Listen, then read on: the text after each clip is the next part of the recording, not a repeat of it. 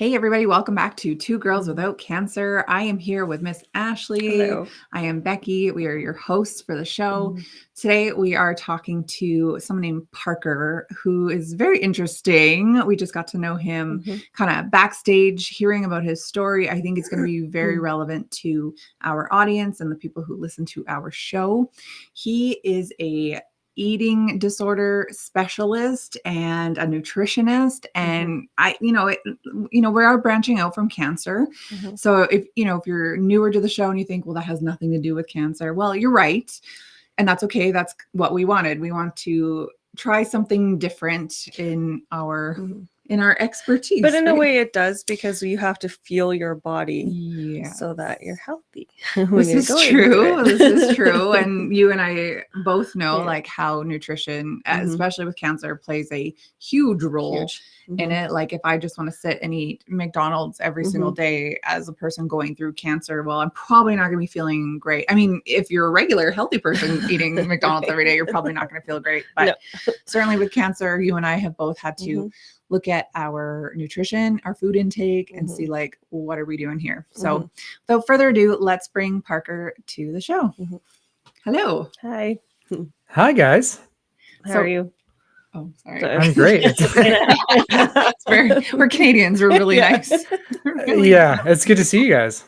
Nice to see you. Really great to have you on the show. So like I was saying, we're branching out.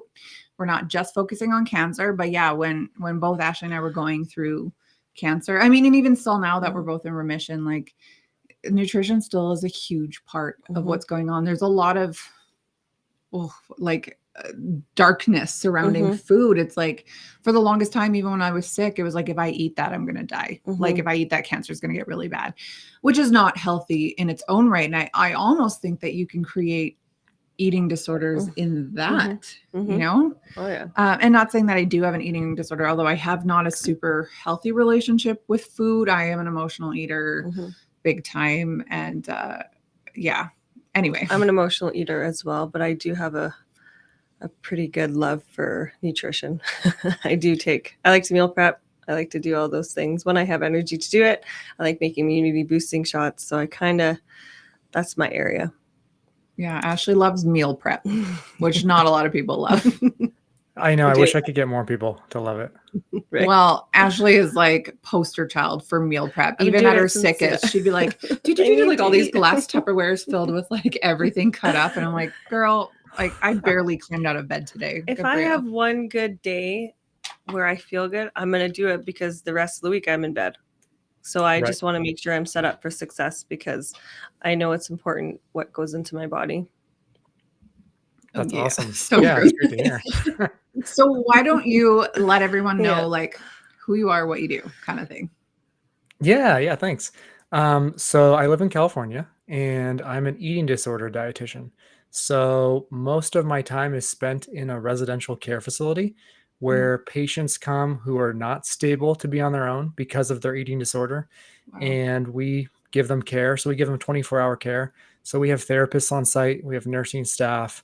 I'm the dietitian who works there. So I'll help, meal plan, give them the right, food intake, give them education, work through. It feels like I'm a therapist sometimes because of the amount of like mental health work that I do with them. But, I give them nutrition tools so that when they're ready to leave, they can go to another program for support, but they can kind of go on their own from there. So I do that with most of my time. And then on the side, I do private practice as well. That's cool. Yeah. So off camera, we were talking about how his private practice is so different than working at the eating disorder clinic. It's almost opposite, because in private practice, people are probably coming because they want to lose weight, right? For the most part, majority of your clients. Exactly. So you're right. It's almost opposite, because a lot of patients, not all of them, but a lot of patients coming to eating disorder facilities will have lost a lot of weight. And so we're trying to restore that so they can be physically and mentally healthy. And then a lot of the patients I see in my private practice are trying to lose weight. So they're going in different directions. And so the advice is really completely different. So it's like I was telling you, it's like for one group, no, it's okay, you can eat the peanut butter. And the other group, it's like, well, you might want to moderate your peanut butter a little bit. Yeah. That's crazy. How do you balance that world? Like, is it tough? Because you must get in your head, you're working majority of the time at the eating disorder clinic and Right. you're in your head one way. And then it's like, Mhm. oh no, I have to reset and like focus on these other clients who are completely different needs. Like, how do you balance that? Mhm. Yeah, luckily my days are different. So at least Mhm. I'm not like going back and forth every hour, which would be really hard. Mhm. But I will say that sometimes it's been difficult when I'm like making, handouts or resources where I'll like type something up and I'll almost be thinking to myself, wait, is this for which group is this for? So then I'm Right. like writing down the wrong thing. And it's like, well, you Mhm. really don't want to give either group the wrong advice because No. that's not helpful. No. Yeah. Like, oh, we're trying to put on all the weight. Okay, you're gonna eat only salads this week. Yeah, Just a lot of protein, a lot of Mhm. salad. No. Interesting. exactly. So at the clinic, this intrigues me. Like, you're seeing majority of people who probably suffer anorexia, bulimia, things like that. What about the opposite, like binge eating? Do you see a lot of that? We do. It's definitely less common because the facility we're in, it is 24-hour care. So the reason people are there is because they're not stable. So a lot of people Mm, who are binge eating, it's not like they're in critical care to where it's like, okay, Mhm. next step would be the hospital. well, they're not Mhm. starving Mhm. also, right? Like, it's not Correct. like they're gonna Mhm. waste away Overeating. anytime soon. Yes. Mhm. Yeah, so there's that difference, but it is true that, eating disorders are very different in that way. So like binge eating disorder is the most common eating disorder out Mhm. there.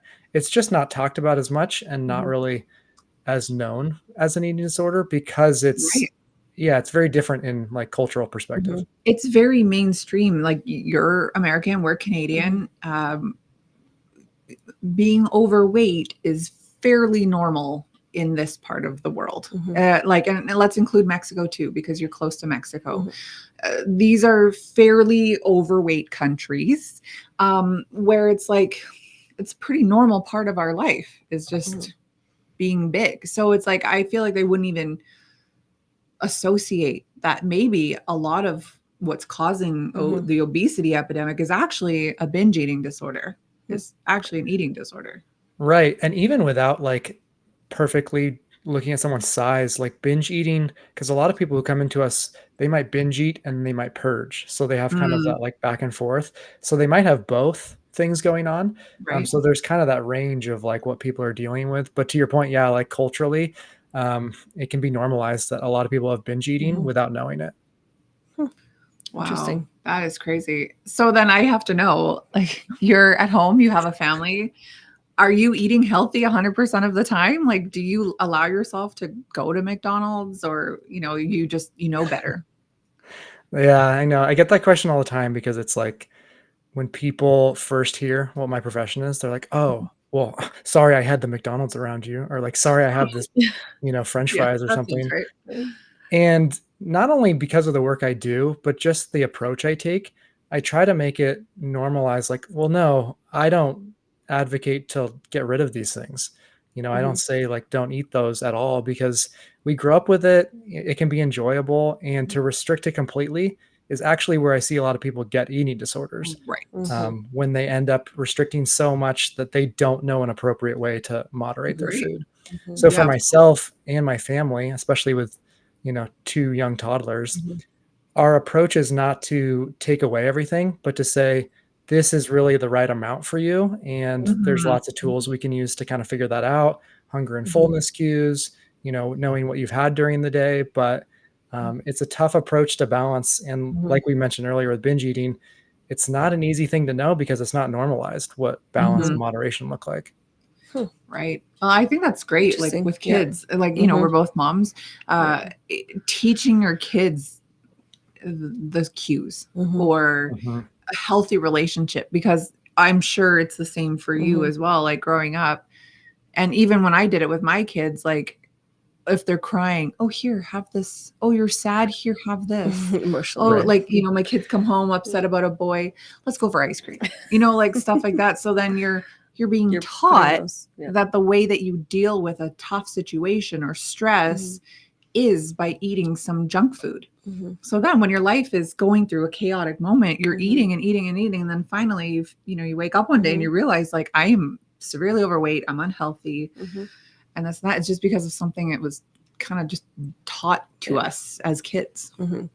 Yeah, and what you're saying is exactly what we're trying to get across to people who we see in our clinic, which is coping skills to deal with emotions and like the Mm, Mhm. difficulties of life is something that most people weren't taught or they weren't taught it well. And so Yeah. that's a lot of the work that we do, which is, oh, you're sad, you're bored, you're lonely, you have trauma, you have a lot of like Mhm. difficulty just accessing food. And then the response to that is, I'm going to control this one thing in a really, black and white extreme Mhm. approach. But, what we're trying to teach them is you can use other tools to cope with mhm. emotions and challenges Mhm. of life. And it doesn't always have to be food. Mhm. Dang, this should be Makes something they sense. teach in school, They should. honestly. Mhm. Totally. Can you imagine like actual functional learning in school Mhm. of things that really hit That a our lot kids of need. people? A lot of Yeah. people deal with this. So I know my husband and his brother love my 600-pound life. TLC guys, like just love it. Mhm. But you listen to, and I can't stand the show. I just, ugh, I don't know. Anyway, but they watch it, and so it's on in the background, and every one of these people going through this struggle has like a really sad story. Mhm. Like they've Mhm. gone through all kinds of trauma, and it's like, well, no wonder. Their Mhm. eating is the only thing that they can control. And I know, like, I was quite overweight for a long time, and I had had weight loss surgery like 10 years ago. But they don't teach you in that time. Like, yeah, you lose a bunch of weight really fast, but they Mhm. actually don't teach you why you were eating like that in the first place, how to deal with it. So, like, within a month of having weight loss surgery, I told my husband I wanted a divorce. And so, all of the emotions that came with that, and I no longer could eat to satisfy myself Mhm. was really hard. Like, I didn't know Mhm. how to deal You with didn't it. know. And then Yeah. as I could start eating more, as my stomach stretched out, I instantly went back to coping with food. Like, you guys have Mhm. Wendy's restaurant down there? I think you do. Right. I love Yep. Wendy's. And so, Yeah. like, when I was feeling like stressed out in my marriage or stressed out with like a boyfriend or whatever, my first thought was go to Wendy's. Mhm. And it got to the point when I was actually married and I would do this where like my heart would pound at the thought of Wendy's, and Mm. I would eat it and I would like almost calm It's me like down. It was like addiction. with drug. Yeah. Yeah, it Addiction. was like a drug Mhm. fix. And so, like, weight loss surgery is great, whatever, for self-esteem, but like you really don't ever deal with the reason why you were Mhm. doing that in the The first root cause place. of it. Yeah. And so I Mhm. try to make better decisions now. Like, yeah, I like to go out to eat. I try to make better choices. Wendy's is not my first choice for sure. But it's like when I'm feeling emotional, my first thought is like, I should go eat something greasy and salty. And I don't know. I don't know what that trigger is Mhm. for me, but I don't love it. Like, it doesn't Mhm. actually make me feel better. That's the thing too, is like, You you just don't have feel an better emotional after you connection have to it. it. Yeah. Yeah. So then I wonder, for people like you guys, like, who have a healthy relationship with food, like, how do you do it? Oh, I still like to have a burger and fries. Like, I still do it. But Yeah. I don't know. I just know that on my regular, I have to eat this certain way. But I've been doing it also since I was like 22 and I'm 39 now. Like, I have Mhm. quite a years of experience. And then when I got sick, the one doctor had said to me, if I didn't live the life I did prior with the eating healthy and stuff, I wouldn't be here today. And I 100% believe Wow. that. Yeah. Wow. Takes a lot of practice. And I mean, it's something that we do every day. So it's not like, you're kind of talking about like other addictions or dependencies where there's like drugs or, other fixations that we have. Food is different because we have to eat every day Mhm. and it's going to be Yeah. stuck with us for the rest of our life. So it's not non-negotiable. So it's not Mhm. like it's some drug where you can say, I'm just going to go cold turkey. I'm done with Mhm. this. I'm going to move on from it. You Yeah. can't remove it. You have to figure out how to deal with it better. Mhm. So it's really hard. Yeah. Balance of It's it. not like you can have a healthy relationship with, I don't know, cocaine. Like, Right. Or even alcohol. yeah, really. Right. But like, you have to have a healthy relationship with food Mhm. and the things that you put into your body. Mhm. Otherwise, you're going to get back into that. And Mhm. like full disclosure here, I had the weight loss surgery. I dropped 75 pounds. I've put 60 back on.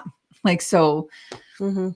without, It's hard. yeah, for Mhm. sure, without like knowing what But the also triggers are. what you had gone through with the whole cancer journey that also isn't Well. easy either, right? With all the other stuff that comes into it. Yeah, it's a lot of I got layers. with A lot what of I got layers. diagnosed with SIBO, I packed on 30 pounds like real quick. And now I've been able, well, I'm starting to get a little bit better now with my stomach and stuff, but it's still hard, you know? Dang. Yeah, Mhm. I mean, there's so Those many stories. things. I mean, you're touching on it. It's like, how do you eat well when you have 800 things going on in your life and they're Mhm. all physical or mental, right? Yeah. Yeah, I feel like with food, when I even in a situation like cancer where it's like I know I need to be eating properly, it's like it just feels like food is the one thing I can control in that I put it in my mouth and that's my decision to do so. But it's like the food that I'm choosing, like I feel like I don't have control over that. And like I do, I bought it. I'm choosing to put it in my mouth, but it's almost like it has such a control Over over you. me that I don't have control of it. You know what I'm saying? That Like, makes I know, sense. like, in my marriage, when I was struggling with it, like, going to Wendy's was me taking my power to Your go and control. being able to leave my house and go do those things, and yet it was like I had no control over, like, getting in that lineup and ordering. It was such a weird dynamic that I had with food, and I was like, "Hey, this is not healthy. This is At very." least you recognize. I did, but I didn't stop it until I had weight Mhm. loss surgery, but again, like, that's just really putting a Band-Aid on it and not actually getting to the root cause of like what was triggering that in the Mhm. first place. So what you're describing is exactly what I talk about in my book, which is this idea that people kind of wrestle with of is obesity, is weight management, is nutrition as a whole, is it totally a choice? And I think a lot of Mhm, people like to say, yes, it's 100% a choice. Or some Mhm. people say, no, like it's chosen for us because of our environment. But it's right. really, if we're honest with ourselves, it's both of those things. I was gonna You Mhm. say, just is it described, yeah, you just described like you go somewhere and you feel like, well, I know I'm putting it in my mouth, like I'm choosing that part of it. But how come I had such a hard time like keeping myself away from this restaurant? Mhm. Or how come the Mhm. things around me are almost choosing it for me? And there's so many Right. factors at play from like how our brains are wired differently, Mhm. from the environment we grow up in, from the places we live now and the things we deal with. It Mhm. informs our choices, so it's like it's both. It's our choice and it's really hard to deal with from an Mhm. outside perspective. That's actually nice to hear that Mhm. it's both because yeah, I think we're really taught to believe that this is a black and white issue, Mhm. that there's very minimal gray area. You either are obese and you chose that, or you're healthy and you chose that. But like, it's not always the case. Now, what about when people say like obesity, for example, is a disease? Do you believe that? So I think the collective understanding as like everyone from like scientists to people in general, I think our understanding has developed over the years. I think it used to be sort of that black and white of like you're just large or you're not large, like your body size. But Mhm. now what we understand is just what I talked about, which is there's so many factors going on that lead to that, that we can kind of look at it as sort of a disease state because it's Mhm. like, why are some people so drawn to food almost like it's an addiction or a Yeah. dependence? Mhm. And it's a lot of because it's like you have these genetics where your brain is wired in a certain way that combined with a really tough environment where food is like always in our face, food is always really like ultra processed. When you take those things and put them together, it's kind of like a disease state. So it's this chronic long-term Mhm. thing that you have to deal with. And so you never really, just like the things you guys have been through, it's never really like you're done with it, but you're always sort of working on it and you're always sort of Mhm. like getting better on it and improving with it. So I think that way we can kind of look at it as like a chronic disease in that way, instead of like the black and white, you're just this or you're not this. Mhm. That is very Interesting. interesting. Yeah. Mhm. I never thought of it like that perspective at all because I was always the person that was like, no, obesity is not a disease. You've chosen this. But Right. like as I struggle to lose weight and I'm like, okay, like maybe I'm a little powerless to it, not Mhm. entirely because I do believe I'm a human who makes choices and I Mhm. can make choices. But I also But think like I don't know, like maybe let's just go back a little bit. Like I said this to my husband recently. why is all of our food in North America garbage? Like all I want to do is just eat Mhm. and it not kill me. Like Yeah. that's what I With want. pesticides and all that. And then I'm like, it's hard when you're putting in food, like you're trying to make good choices, and then you find out that like your meat is Mhm. full of all kinds of hormones and whatever Mhm. antibiotics and all the junk. And it's like, how do you even be healthy? How do you even have a good relationship with food when your food is junk?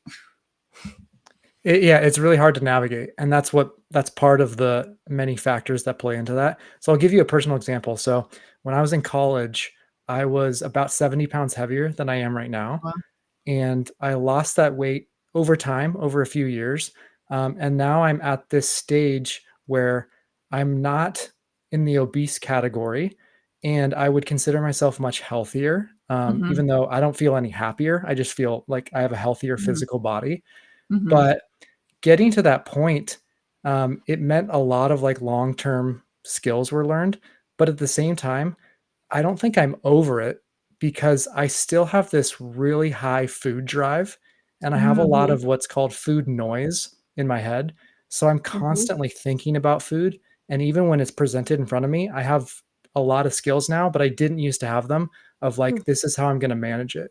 This is how I'll work on the dosage or the kinds of foods I'll eat." And this is my profession, and it's still really hard for me. Hmm. So I can only imagine how hard it is for people who might lose that weight and then gain it back, and kind of see themselves as like, wait, so did I had obesity and then I didn't, but like, is it still ongoing? And that's why I think it is kind of this ongoing state of something Mhm. you have to work on, just like nutrition in general, because you're never really done thinking about food or dealing with eating in a healthy Right. manner. I think there's also a piece of, like, shame to it or feeling like a Yes. failure when you're like, "Yeah, I did it." Even, like, for me, it Mhm. was surgery, but, I mean, it wasn't an easy surgery by any means, and then it's like I spent all this money, and I was really excited, and I loved how I looked, and I felt whatever, but again, not dealing with any of maybe the more traumatic parts of my life. Mhm. It was still buried there. And then so as I slowly started to put that weight back on, there was a piece of like, okay, well, you've obviously failed. You didn't do it. Mhm. You know, Then you have guilt. And well, that yeah, you sets have in. guilt because I wasted money and I wasted Mhm. time in my body. And then I think, well, maybe it's, because I have this up and Mhm. down relationship with food, it's messing my hormones up. And maybe that's what caused cancer. And it's like there's a lot of thoughts that go on, Everything. and it's all like stems from food. It's crazy. Yeah, well, and just to like normalize that, that is what everyone I've ever worked with has dealt with mentally, which is this Mhm. idea of shame and guilt. Because even though we all have similar goals of health, like we want to be, have a healthy body weight, eat in a healthy Mhm. manner, we're all struggling to do it, a lot of the time. And then we just kind of say, well, it must be my fault. But it's clearly Mhm. like there's this environmental piece where you just Mhm. described it. A lot of the food we have access to is not very helpful. Now, luckily, we also live in a world where we do have access to good food, but it's True. kind of outnumbered a lot of the time. And Mhm. so it's really hard, especially with like marketing efforts, to kind Mhm. of stray away from it. Mhm. Yeah, you know what? Like, not saying that it's harder to eat healthy in Canada, Mhm. but we don't have But a but it's summer season like you have, so you're able to get a Interesting. lot of fresh stuff all year long, I would imagine. but even a lot of the healthy products out there, it's not actually healthy if you look into the ingredients and stuff, right? It makes it Yeah. tougher Mhm. for sure, and that's not just limited to Canada. That's definitely a Mhm. US thing I know Europe also. is one of the better countries to live in. Well, yes, European food is a Yeah. lot different in some Glass places, not bottles and not everywhere. plastic and stuff like that. So are you the type of person who believes that like Take a our pill food is or our food is killing us? Like our food is there's I don't know that they don't care about the people who live in this world and it's all just about making money. It's both. Yes. Mhm. So, I mean, in my book, I dedicate a whole section to the fact that food companies, they're not necessarily these like evil entities that want to kill you, but Mhm. guess what? Their incentive is financial gain. Of So Make they course. don't money. care about your health, Well, they're right? Mhm. So it's businessmen, not, right? yeah, exactly. So it's like in some ways we do paint this picture of like, well, I'm never going to win because they're trying to kill me. Well, luckily you still have options. but it's really Mhm. hard because they have all the money to like push against you, and they Yeah. have the best marketing They efforts in the succeeded. world. And yeah, they'll do everything they can to get you to eat the products that aren't as healthy. Mhm. And just 'Cause to they're your point cheaper. earlier, which is like the ingredients in a lot of these things are not very health promoting, and Mhm. people don't know how to navigate that. Mhm. So there's definitely the education aspect where people don't know it. But Mhm. then there's just simply the environmental piece, which is like, even if they knew it, the reward from eating some of these foods is so Right. high in our brains that it's like, how do you Yes, overcome that? How do you choose the salad when you can walk totally. and get a Mhm. much cheaper item 2 feet away? I feel very unsatisfied eating a salad, if I'm quite honest. But, like, there's something about eating, I don't know, A chicken full meal? wings or, like, I don't know, something breaded that is, like, very comforting. Although, at the end of it, like, it's not like I feel better. I usually have a stomach ache after, but, like, Mhm. something in that moment mentally feels a heck of a lot better than eating a Mhm. salad, Yes. which is Yeah, hard. and so the to kind of put a positive spin on this now then, because it's like it's really easy to get lost in it's really hard and our food environment sucks, which it does. The Yeah. good news is we see people who succeed with this, and I see a lot of people do this all the time. And so we can Mhm. take some of these things within our food environment and say, well, guess what? The opposite of, some of these like high sugar cereals doesn't necessarily have to just be this bland salad. Like you can have this beautiful chicken Right. salad with like dressing and toppings, and you can make it in a certain way that actually tastes really good. And so I don't Mhm. think a lot of people know that third creative option. They're kind of Right. stuck in, Mhm. I'm either gonna eat no food and fast and eat keto or something, or I'm Yeah. just gonna give in and cave and eat all the foods off the shelf that I know are more rewarding, but Mhm. much less health promoting. But luckily, Mhm. there's the third option. You can actually kinda blend the 2 together and get a really That's fair. satisfying Mhm. answer. That is fair. That's, like, what I like to do. It totally, yeah. Asha makes some But beautiful meals for Mhm. sure. There is something about like every time I've tried to diet and it's like some sort of mixed greens and with like a lemon dressing and like a gross chicken breast and like plain steamed broccoli. And it's like, I do not like chicken breast. I do not like steamed broccoli. I do not like mixed green salad. And it's like, if I have to eat these things, I feel like I'm on a diet again.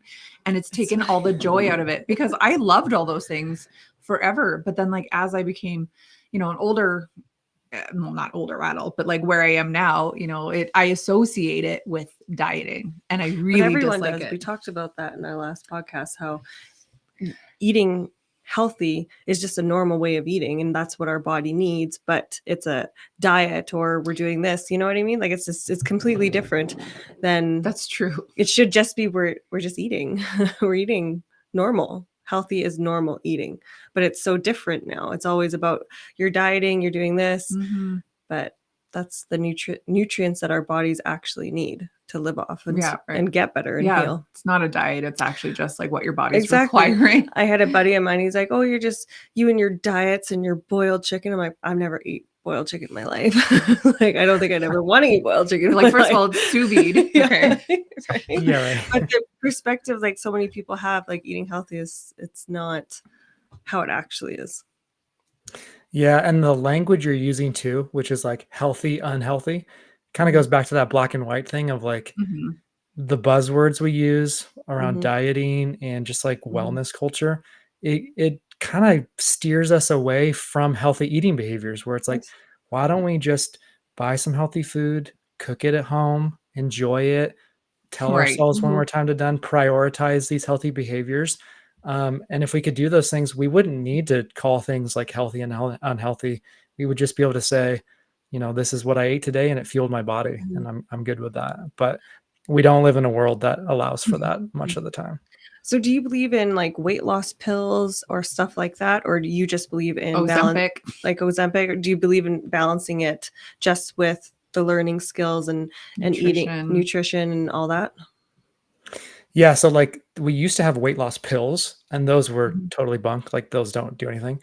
Now Right. we have drugs that are very powerful, Mhm. and they certainly work for a lot of people. I have a lot of patients who are on them currently or who used to be on them, and they Mhm. Mhm. did quite a bit for their weight loss journey and health overall.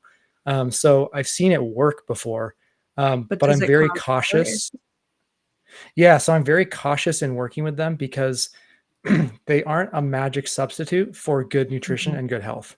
mhm, Because even when you're on them, you have to develop the healthy eating skills because if you were to mhm, just eat less of food that wasn't health promoting and it mhm, made you lose weight, your body wouldn't be a lot healthier. mhm, You'd be a little bit healthier, but you wouldn't mhm. develop the skills.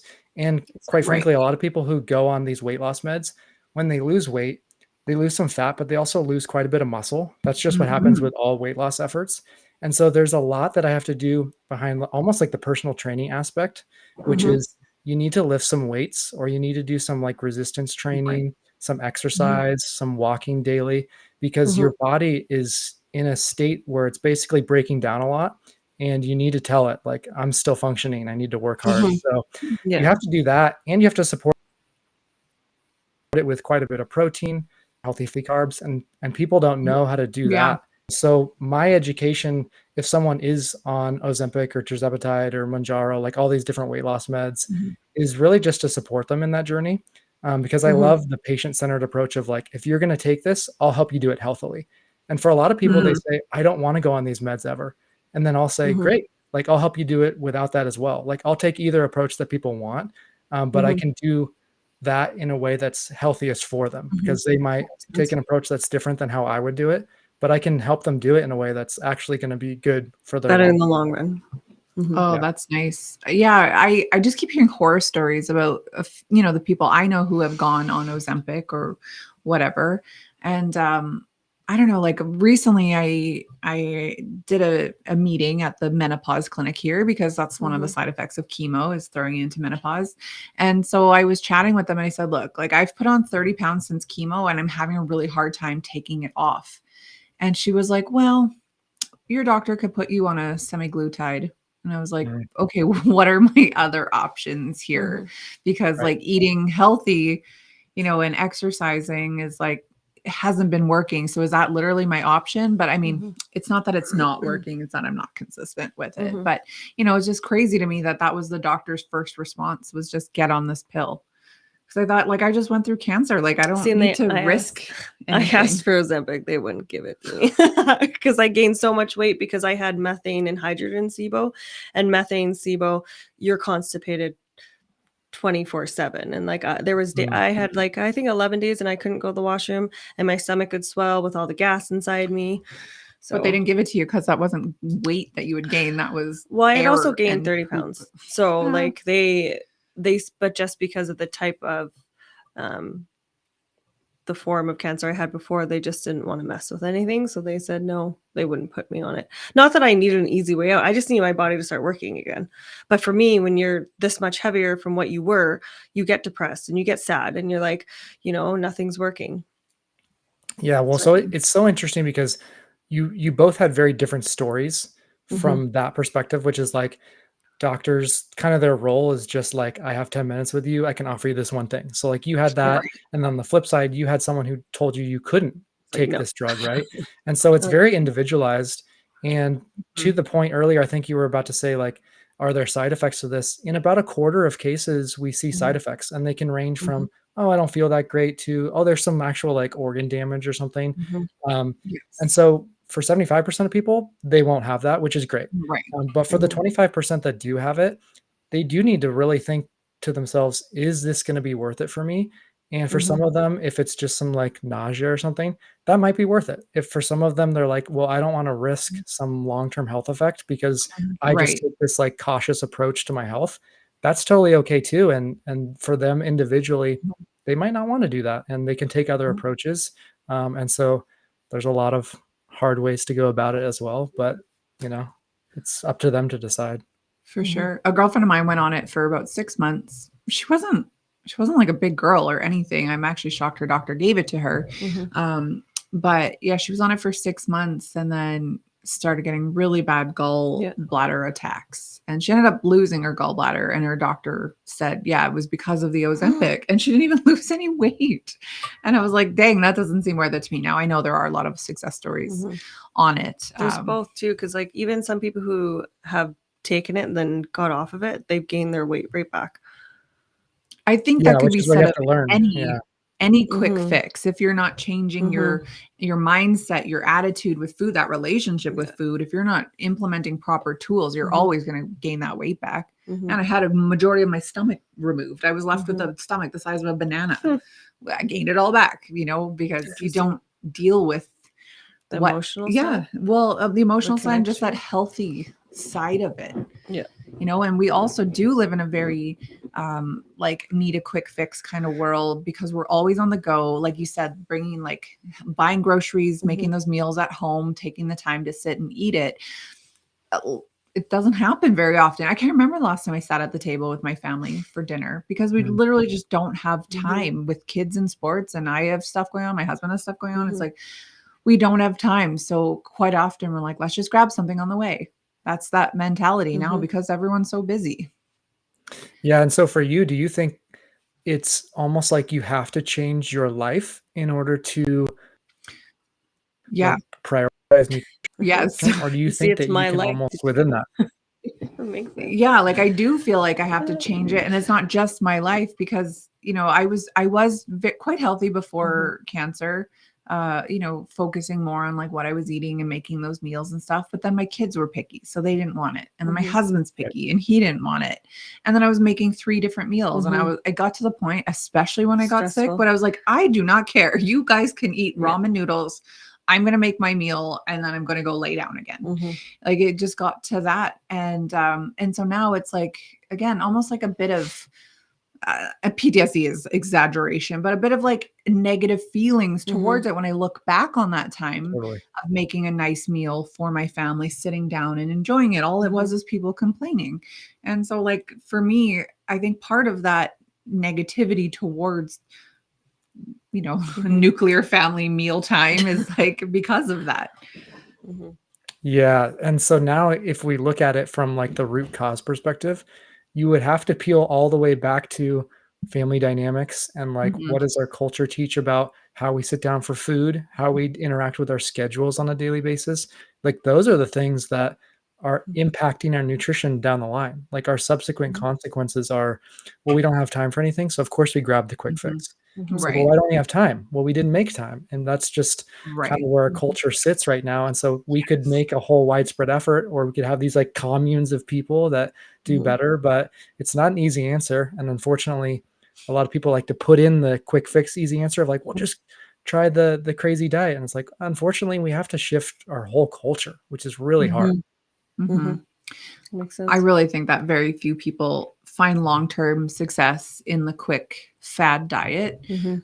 because it's just going to go back to the way it was, Mhm. because your body, I think too, your body doesn't trust you when you're constantly yo-yoing. Mhm. Like when you're like, okay, I'm starving it today. And It's then like it's a like, fight or flight with and then food. like another day, it's like, no, we're nourishing it. These are really healthy foods. And then like another Mhm. day, it's like only junk food or like only alcohol today. And like, I just think your body doesn't trust you. Your body wants to be well, but it doesn't trust you. Mhm. True. And that's why the number one health advice I give for people when it comes to nutrition is eat consistently and eat at Mm, consistent times. Because if you go one day eating breakfast at 7 a.m. and then the next day you eat at 10 a.m., or you skip 2 meals every day, and then the Mhm. next day you have like 5 meals, your body has no idea what to expect. So your right. Mhm. hunger and fullness cues, your hunger hormones, Mhm. and really just the response that you have from like the ancestral version of yourself is, Mhm. I'm gonna eat food and I'm gonna go crazy over it, or I'm Oh, we strict that you're supposed to have, sorry, say but I that don't know. last part again. It cut out for just a quick second Mhm. here. You said the ancestral part is, and then it cut out. Basically, it's our bodies were wired to either get a lot of food or not have any food. So it's Right. saying to yourself, okay, you're not gonna give me food or you're gonna be inconsistent, then you're not gonna get a good hunger response out of me. And so it's really Right. hard to manage food and have a healthy relationship if you're Mhm. not being consistent with the timing every day and the amount of meals and those Makes kind sense. of habits. Geez, like I'm feeling so motivated. Like I want to go and meal prep and eat my lunch at a certain time and eat my breakfast at a certain time. And I never do. I'm one of those like up and down. Maybe I ate it, maybe I don't. Maybe it's Mhm. at 9 o'clock, maybe it's at 7 o'clock. It's just whatever goes. But I know that there is some merit Mhm. to schedules and timelines and things. I know Mhm. it's the same with sleeping as Mhm. well. Okay. Yeah. And Supplements makes I don't know. sense. Have you guys did you ever read the book Atomic Habits? Mm-mm. It was like a I think I best-selling might book have actually. recently. I know So exactly what book it his big thing is like we couldn't possibly rely on motivation to give is. us like our nutrition and health habits and any other habit that we want to sustain. So we have to rely on these small things that we do every single day, which is why Mhm. meal prepping is so important because if you actually make some food ahead of time, you're left with that food the next day and it's like, okay, it's in front of me. I'm now going to Mhm. Yeah. follow this because it's easier to see, it's more Right. accessible. Mhm. I don't have to think about it and be Quicker. motivated to eat Yeah. every meal perfectly. So you do have to kind of build in those habits Mhm. every day, and sometimes they're hard and they're just disciplines that you end up Mhm. doing, but they're better than motivation because you would lose motivation to do it over time. Mhm. Mhm. Right. Okay, well, just quickly before we wrap up here, tell everybody about the book you wrote. Oh yes. So it's called Nutrition Nonsense, and it deals with like all of the social psychological biases that just totally sabotage our eating habits. So Mhm. it's on Amazon. I think it's a really fun read because it kind of goes into a lot of the things we know about our food environment, which is like the Mhm. food companies are Mhm. not doing us a service and they're making it really hard to eat well. But it's Mhm. also talking a lot about like these certain biases we have towards food, which just a quick one is like the nocebo effect is the opposite of placebo effect, which is Mm. basically if you expect a food to have a negative response in your body, it's going to have one because you mentally are Right. Mhm. expecting that. Mhm. And so there's so many food examples of that we have in our culture today where it's like, uh-oh, I don't want to eat the bread or the meat or Mhm. the eggs or Right. something because I'm expecting it to be bad because someone on social media Mhm. told me that. And then what Mm. happens is our body responds accordingly. So Mhm. there's so many other biases like that that are in the book that I think people could learn a lot from. Mhm. And it's funny that you say that because and probably the same for Mhm. you, when we both first got sick, the big thing surrounding cancer is that you can't eat meat.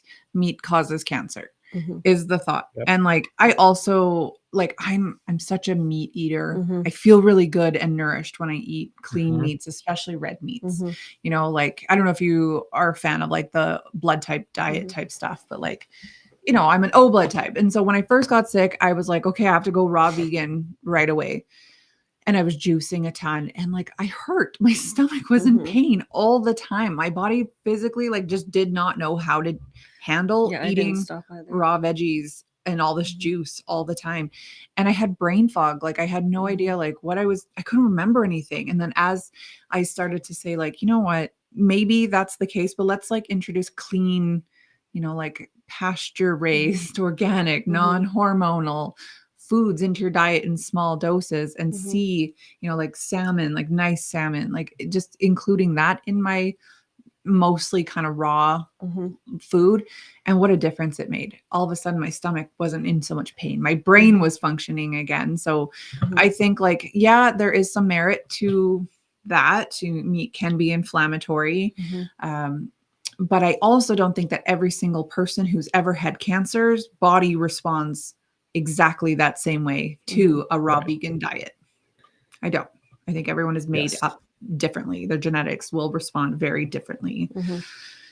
So, but yeah, to me, that was like one of those nutritional nonsense type things. It's like you don't have to be a raw vegan when you get cancer because both her and I ate meat through the Mhm. entire I never process, stopped. and our bodies Mm-mm. both responded very well to the Mhm. treatments that we were doing. Mhm.